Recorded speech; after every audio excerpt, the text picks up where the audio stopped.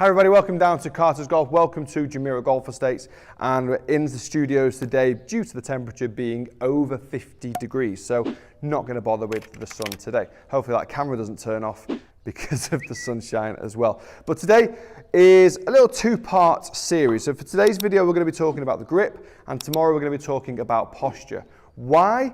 Because they are the two biggest issues I see in the majority of golfers that we teach down here. Also, I think they're the two most important aspects of the golf swing. First of all, the grip is the only thing that connects you to the golf club, and the posture is the one thing that allows you to rotate to the best of your ability. Now, majority of golfers are not fit for golf. I'm probably not fit for golf. Not many golfers will go and really work that hard on hip flexibility, etc., and the quads and the hamstring and the back.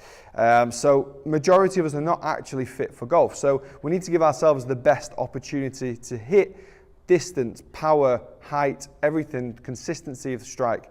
The two things that are going to give you that to start with is how you hold the club, how you manage this club face, and also how you stand, therefore so how you can turn. So today's video we're talking grip. The most common grip that I see is the strong grip. So to go through the strong grip, we're going to have, for a right-handed golfer, you would generally see the left hand on top of the grip a little bit too much. We'd start to see 3 to 4 knuckles on that left hand. The line between the index finger and your thumb that's created will generally go to the right side of your right shoulder. And as a result, your forearm is always turned under. The forearm's pointing more towards your stomach. So that's all kind of, I would say straight away, we're in a bad position there. We're in a bit of a problem. As a result of the hand being so much on top of the club, the right hand can only really come and sit underneath the club, because that's where your space is. So it's generally going to sit underneath the club. We wouldn't see any knuckles. We just see a lot of fingernails and a lot of fingers, but we wouldn't see any knuckles. Okay. So as a result of this, both forearms are now in an unnatural position. Unnatural position at speed is dangerous. The body wants to resort back to its natural forms at speed. That's what's going to be the easiest movement for the body to create, getting back to a natural position. So if I start in this position, my forearm's facing the sky, my left forearm's facing my stomach, my left shoulder's gone a bit high, and as a result, my forearms are going to want to rotate quite aggressively through impact, which if the club face has started straight, it's going to come back in closed. And this is where we see a lot of manipulation in golfers. Golfers will actually come back into the ball and try to prevent that rotation. Preventing the rotation by keeping the arms really straight through impact or not allowing the forearms to turn. What's that going to do in your golf swing? It might get you hitting a few shots straighter, but it's certainly going to make your ball striking inconsistent. It's going to affect the ball flight, the height, the distance, all of the above. And that's not a good thing, just because we don't want to change the grip. Change your grip, unlock a whole new avenue of improvements in your golf swing for consistency of ball flight, consistency of angle of attack, consistency of distance and height and strike. Okay, so that's the one shot we see too often. Now, if I use that grip and I actually release the golf club how I should release it,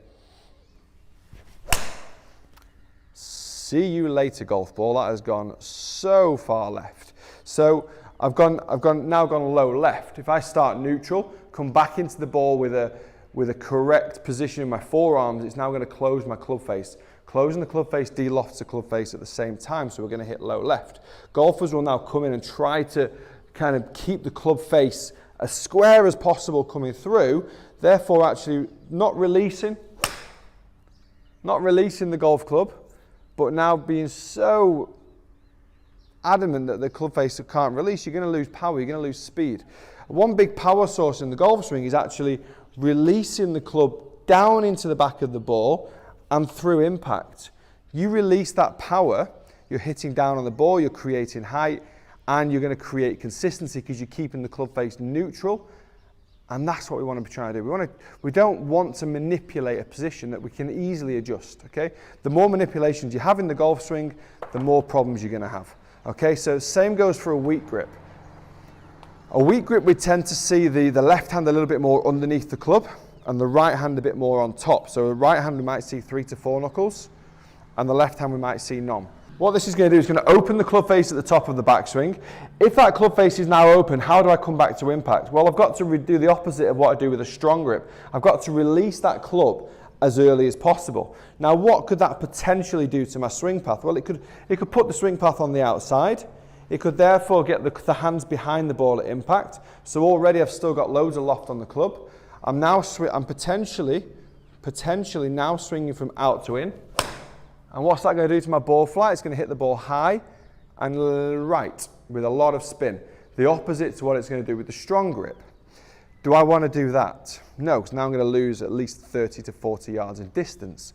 And now I'm going to be hitting a 7-iron from 100 yards when I should be hitting a sand wedge or a pitching wedge from 100 yards. So it massively affects your distance. What do we want to see from a neutral grip? So what I like to see is, using the left hand first, we get some space between the fingers, bottom of the little finger to the middle of the index finger. We're going to see 2 knuckles on the left hand. The thumb is going to be just down the right edge of the grip. The line that's created as a result of that is between your index finger and your thumb, and that's going to point more towards your chin, okay? If anything, it can point just to the right side of your chin, towards your right shoulder, but not over enough to your right shoulder. As the right hand comes in, I like to see an overlap or an interlock. Baseball, I don't like it because I feel like the hands are going to be working separately from each other, and that's not a good thing in the golf swing. We want everything working together, not against each other and fighting each other. So we're going to interlock, bottom of the little finger to the middle of the index finger again.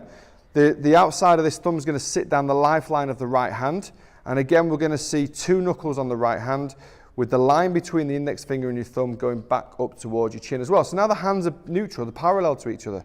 The lines between the index fingers and the thumb are pointing in the same direction. That's going to tell me my hands are going to be able to work together during the swing. If that is the case, I can now swing on hopefully try to swing on a more neutral plane. I can be aggressive with my hands through impact, not overly worrying about going too far left or too far right. And as a result, my angle of attack is going to be better. My consistency of the club face is going to be better. My impact position is going to be better as well, because I'm not having to manipulate. At the one point of the golf swing, I do not want to manipulate his impact. So I want to be free. I want to let it all go. I want to create speed. I want to create power. I want to create an angle that's going to give me height. And I need to create consistency, not through manipulation. So grip is so, so important. And it's one of those things that when we do a little half-an-hour lesson up here at the Academy, it's the first thing we try to look at and try to change, because it can make the biggest influence on your golf game. Forgetting about where the club head is and what angle it's at, the golf grip controls the golf club. Okay, the golf club controls where the ball goes. So it's always that knock-on effect that we're trying to improve on. So try to have a look at where your grip is. If you're quite close to neutral, absolutely fine. If you're erring on the slightly strong side of neutral, absolutely fine. I think if you're erring on the weak side of neutral, try to get it to the strong side. At least then we still get you some distance and we still control the ball flight. Anytime I see a weak grip, alarm bells go, because the driver in particular, we're going to lose 20 to 30 yards of distance. We definitely don't want to be doing that. Okay, so we want a grip that's close to neutral.